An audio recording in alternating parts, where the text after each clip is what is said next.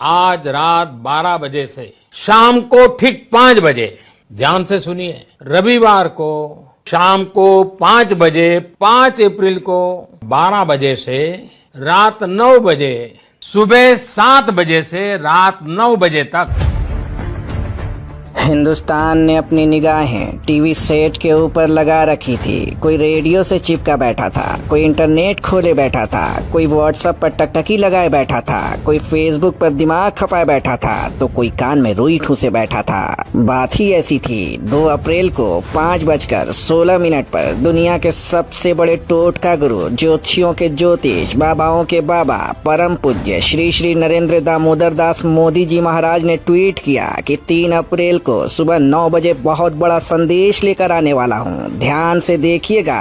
जनता का कलेजा धक, हाय राम, अब क्या कर दिया? लॉकडाउन का कुछ हुआ कि घर में ताला वाला लगेगा, कितना को मारने वाला कोई मिसाइल विजाइल तैयार हो गया, कोई नाले के गैस से वायरस मारने का तरकीब ढूंढ लिया, या को घर में घुसकर मारने का कोई हथियार मिल गया। मतलब कोई 10 मिनट में भारत में हाहाकारी और विस्मयकारी कल्पनाओं की जितनी तितलियां उड़ानी थी उड़ा ली, और ठीक सुबह 9 बजे जब साहेब टीवी पर प्रकट हुए तो जनता का दिमाग फ्लैशलाइट हो चुका था।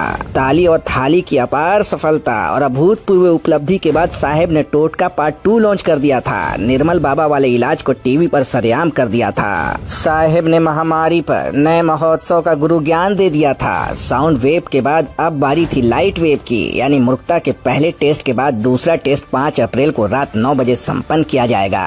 5 अप्रैल को रविवार को रात 9 बजे घर की सभी लाइटें बंद करके घर के दरवाजे पर या बालकनी में खड़े रहकर 9 मिनट के लिए मोमबत्ती, दिया, टॉर्च या मोबाइल की फ्लैशलाइट जलाएं।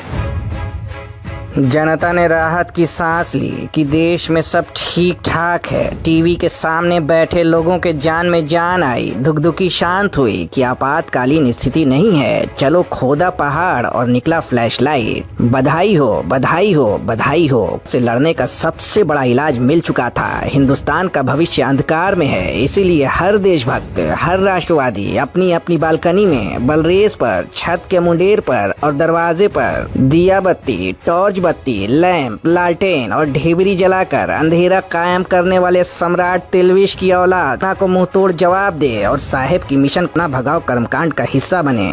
मोमबत्ती, दिया, टॉर्च या मोबाइल की फ्लैशलाइट रात को 9 बजे 9 मिनट तक जरूर जलाएं, जरूर जलाएं।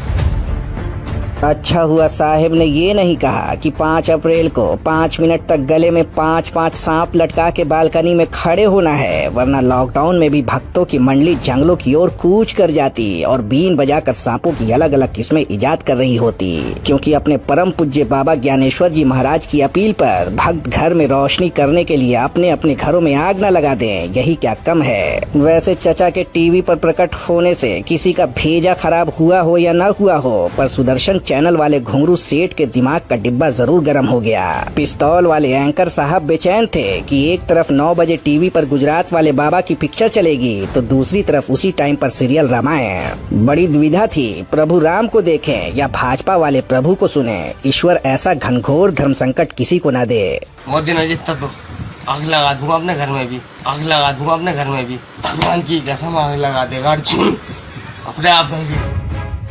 खैर लौटते हैं मुद्दे पर। तो लोग सोच रहे थे कि गुजरात वाले साहेब टीवी पर आकर बताएंगे कि कोरोना से लड़ने के लिए सरकार ने क्या प्लान बनाया है, देश में कितने वेंटिलेटर हैं, कितने टेस्ट हुए, तेजी से टेस्ट क्यों नहीं हो पा रहे हैं। लोग सोच रहे थे कि गुफा पुत्र डॉक्टरों के PPE की संख्या बढ़ने का ऐलान करेंगे, लॉकडाउन की समीक्षा और आगे की योजना पर बात करेंगे, ठप पड़े रोजी रोजगार को लेकर देशवासियों को भरोसा देंगे, बच्चों की पढ़ाई लिखाई पर बात करेंगे, गेहूं की कटनी का समाधान बताएंगे। लोग सोच रहे थे कि गुफा पुत्र देश को बताएंगे कि हजारों लाखों मजदूरों का क्या हुआ, पलायन करने वाले वो लाखों मजदूर कहाँ हैं, कैसे हैं, भूखे प्यासे हैं या उन्हें खाना मिल रहा, वो सड़कों पर क्यों हैं, उनकी मौतें क्यों हो रही। लेकिन गुजरात वाले बाबा ने मोमबत्ती और टॉर्च जलाने की अपील कर भक्तों को एक ऐसा कर्मकांड थमा दिया कि भक्त खोपड़ी पर मोमबत्ती खोस कर घूम रहे हैं। हंसिए मत, सोचिए कि आखिर देश इतना कर्मकांडी क्यों है। पिछली बार गंगा पुत्र तंत्र ने थाली और ताली की आवाज से कुना को बहरा कर दिया था और इस बार अंधेरा करके कुना को पूरी तरह अंधा करने का प्लान है। अगर फिर भी आप मोदी जी के विज्ञान और बौद्धिक ज्ञान को नहीं समझ रहे तो अपने कपाल के ऊपरी हिस्से पर शिलाजीत और बादाम के तेल से मालिश कीजिए। और हाँ, याद रखिए 5 तारीख को ढिबरी और टॉर्च जलाने के बाद गौमूत्र से हाथ धोना बिल्कुल मत भूलिएगा, क्योंकि बाबा ये बताना भूल गए थे आखिर एक अकेला और बूढ़ा इंसान क्या क्या करे, कितना मेहनत करे।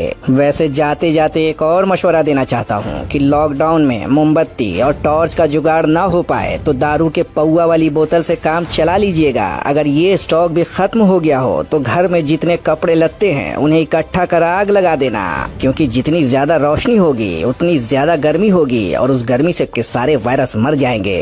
देश के प्रधानमंत्री को हमें आज तक समझ में नहीं आया कि ये आखिर में है क्या भाई साहब।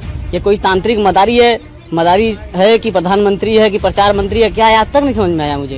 ये कहीं ना कहीं ये अपने जाहिल होने का प्रमाण दे रहे हैं। हमने प्रधानमंत्री बनाया है साहब, तांत्रिक नहीं बैठाया है। मोदी जी अगर ये कहेंगे युवाओं से कि कल तुम्हें घाघरा और चोली पहनकर निकलना है तो वो भी निकल लेंगे। पहले था बजाओ थाली और ताली, अब आ गया है अंधेरी रात में दिया तेरे हाथ में, मैंने थमा दिया और आज जलाते रहो। बेशर्मी की बात यह है कि देश में लोग मर रहे थे, ताली थाली बजवाया। अब क्या हुआ, मरने के बाद लोगों को और गरीब मजदूरों को भूख पे मरने के बाद देश का प्रधानमंत्री दिवाली मनवाने पे आमादा है। जो अंध भक्त जिसको नाम जाना जाता है वो अपनी अंध भक्ति करना बंद करें, वरना एक दिन कूटे जाएंगे। प्रधानमंत्री तो चले जाएंगे लेकिन अंध भक्त कूटे जाएंगे। ये कोई राम राज नहीं कायम करने वाला है, ये बल्कि रावण राज सरेआम कायम कर रहा है। डिजिटल इंडिया बनाने वाला वो प्रधानमंत्री जो कहता है कि मैं सोलर सिस्टम लगा दिया, मैंने उज्ज्वला योजना ला दिया, मैं ये कर दिया, मैं वो कर दिया, वो आदमी 9 मिनट के अंधकार देश में लाके क्या साबित करना चाहता है साहब, मुझे तो ये समझ में नहीं आती है। हम कोई लाइट बुझाने वाले नहीं, अंधभक्त नहीं हम लोग। अब वो मूत पीने लगे तो हम मूत पीने लगे। आप अंधकार 9 मिनट की खोज रहे हो। कभी मोदी जी जहाज से उतर के अपने ऑफिस से निकल के आओ कभी गाँव में। आप 9 मिनट नहीं 9 महीना वहाँ अंधेरा है साहब। ये देश गांधी भगत सिंह अम्बेडकर का है, उनकी ऑडियोलॉजी पे आना पड़ेगा। अगर इसमें रहना है तो उनके शरण में आना होगा। बताइए उनका क्या हुआ जो लाखों लोग जो है दिल्ली के बॉर्डर पे खड़े थे। बताइए उनका क्या हुआ जिनको बरेली के ऊपर आपने स्प्रे मरवा दिया था, जिनके ऊपर आपने केमिकल डलवाए थे। देखिए ताली थाली बजवा ले, देखिए देश में कितना अभी पड़े हुए हैं।